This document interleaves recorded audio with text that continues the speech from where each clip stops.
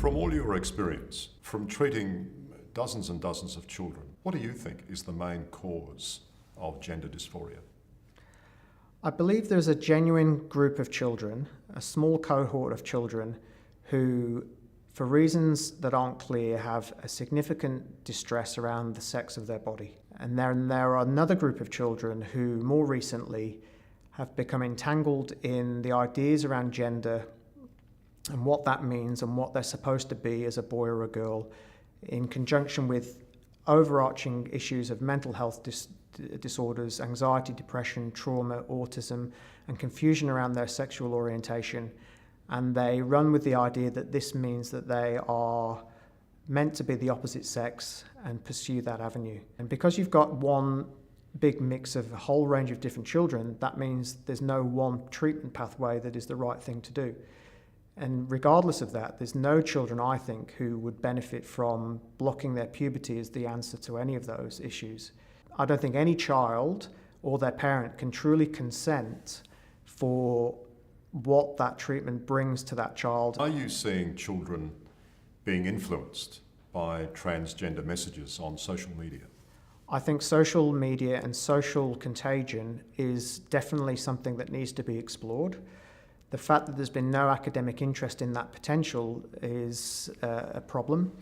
I do believe that children are influenced by ideas about what it means to be a boy or a girl or trans.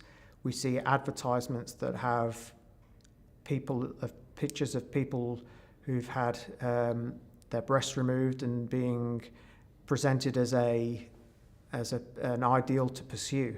And I don't think any child should have their breasts removed in order to satisfy their dislike of their body. So those kids can be helped without going into puberty blockers and cross-sex hormones and ruining their body. I think it's really important generally that the treatment for these children should be about body acceptance, keeping these children grounded in reality. Unfortunately, I find that a lot of these children are promised something that cannot be achieved. It is not possible to be the opposite sex. And these children are told that, yes, it is. You can be a girl if you're a boy. You can be a girl when you're older. You can be a woman. We can make that happen for you. But it just cannot happen. You know, the transgender community will hate you for saying that. That's not a popular view to express. Reality doesn't depend on popularity. Humans can't change sex. There's nothing popular or about that at all. It's just a fact. When the parents go to the gender clinics, what are the parents being told at those clinics to convince them that their child is better off as another gender? If a child expresses the view that they are of the opposite sex, they are told that we can help with that and help the child achieve that by blocking their puberty and then eventually progressing onto cross-sex hormones.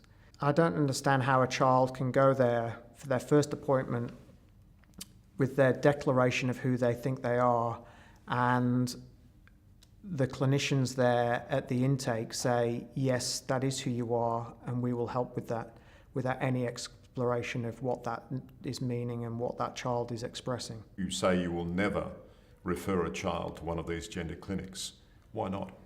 Because it's clear to me that a referral to the gender clinic is a referral to commence medical treatment. It's not a referral to have an assessment, to consider what's really going on with the child, to fully explore why the child is expressing this view. It's a referral to start the treatment. I cannot be confident that I can send a child there and they not receive medical treatment. Do you believe that when children go through that process, they are surgically mutilated? I believe they are chemically mutilated initially. Chemical castration is what puberty blockers are. It switches off the normal development of the gonads. That is chemical castration. I believe mutilation is a powerful word, but I cannot think of any better word to describe the removal of healthy breast tissue in girls as young as 15.